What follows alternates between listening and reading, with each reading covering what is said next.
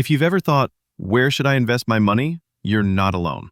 Most people are confused when it comes to choosing the right investment account. And honestly, it can feel overwhelming. With all the different options out there, how can you be sure you're choosing the right account for your goals? That's where I come in.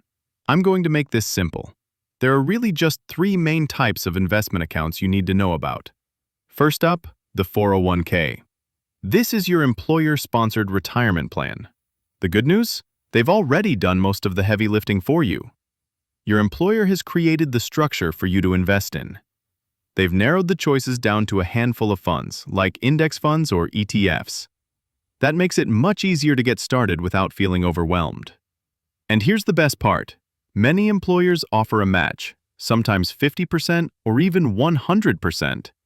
That means for every dollar you contribute, your company puts in another 50 cents or even a full dollar. That's an instant 50 to 100% return on your investment. Now, there's usually a limit. For example, your company might only match 50% or 100% on the dollar, up to a limit of 6% of your salary. Either way, it's free money you don't want to leave on the table. Now, there are three main types of 401k contributions. Traditional. Pre-tax dollars go in, and you'll pay taxes later when you withdraw. Roth. After-tax dollars go in, but all your growth and withdrawals in retirement are tax-free.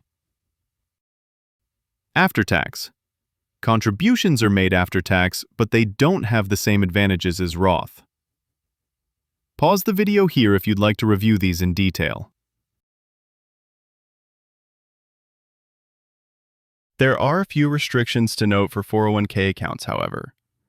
For one, in 2025, you can contribute up to $23,500 if you're under 50, and an extra $7,500 or a total of $31,000 in employee contributions per year if you're over 50.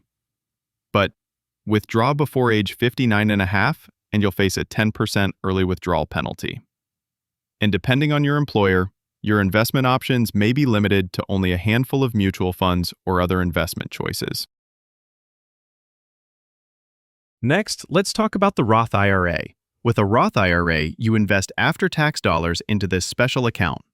Once your dollars are in the account, all of the earnings inside, whether from dividends, interest, or capital gains, grow and compound completely tax-free. That means you don't pay a dime of tax on the growth year after year.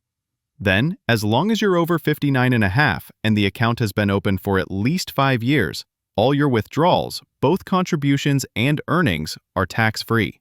That's why I like to refer to this as the tax-free millionaire account.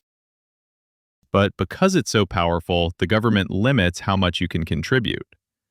For 2025, the maximum contribution to a Roth IRA is $7,000 if you're under 50. If you're age 50 or older, you can make an extra $1,000 catch-up contribution, bringing your total to $8,000.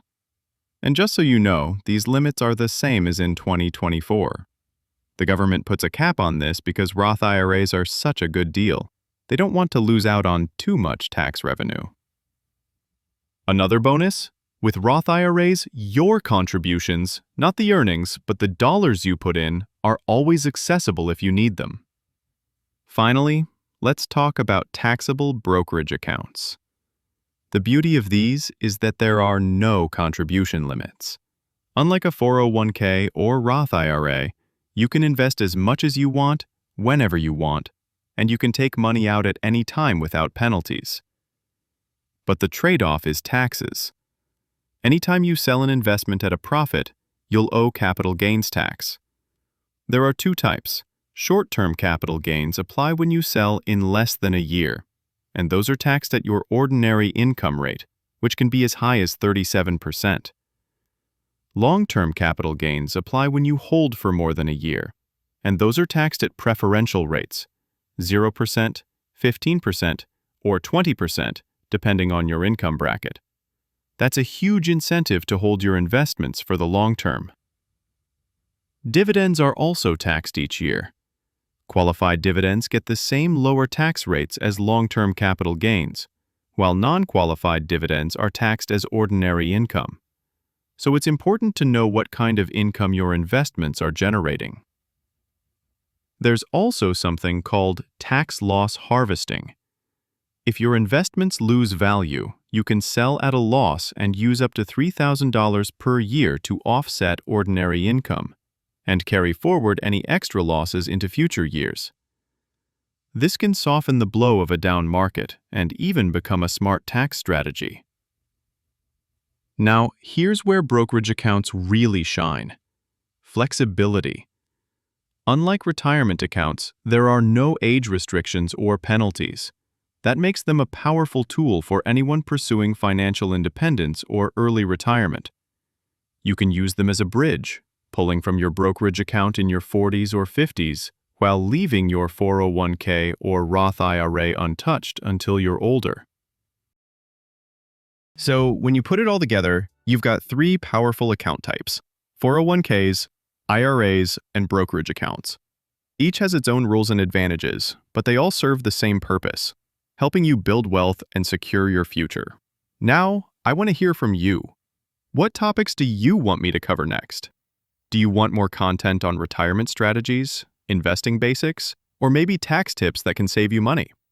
Drop your thoughts in the comments, because I want to make content that actually helps you wherever you are in your financial journey.